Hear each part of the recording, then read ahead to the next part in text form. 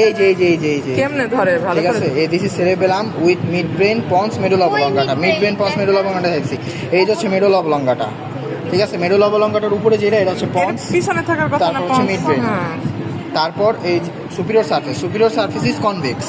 ঠিক আছে, আর inferior surface যেটা, এই যে ইনফিরিয়র সারফেস, এটা হচ্ছে marked by deep median notch called vallecula. ঠিক আছে, আচ্ছা, পন্স আর মেডুলা লাইস অ্যান্টেরিয়রলি। এই যে পন্স আর মেডুলা এটা সবসময় সামনের দিক থাকে, এটা লাইস অ্যান্টেরিয়রলি। আর বার্নিক্স এটা লাইস সুপিরিয়রলি। ঠিক আছে, এটার প্রেজেন্টিং পার্ট দেখাইতে বলে দুইটা সারফেস আছে, একটা হচ্ছে সুপিরিয়র সারফেস আর একটা হচ্ছে ইনফিরিয়র সারফেস। আর হচ্ছে ফিশার আছে, ফিশার দেখাইতে বলে, একটা হচ্ছে প্রাইমারি ফিশার বা অ্যান্টেরিয়র ফিশার। এই যে এই যে না, এই যে এই যে ফিশার প্রাইমা বা অ্যান্টিরিয়র ফিশার, এটা হচ্ছে সুপিরিয়র সার্ফেসকে দুইটা পার্টে ভাগ করে দিয়েছে, এই যে অ্যান্টিরিয়র পার্ট আর হচ্ছে পোস্টেরিয়র পার্ট। ঠিক আছে, আর পিছনের দিকে রয়েছে হচ্ছে আর একটা ফিশার, এই যে পোস্টেরো ল্যাটেরাল ফিশার। ঠিক আছে, এই যে পোস্টেরো ল্যাটেরাল ফিশার। হ্যাঁ, আর এই যে হচ্ছে হরাইজন্টাল ফিশার।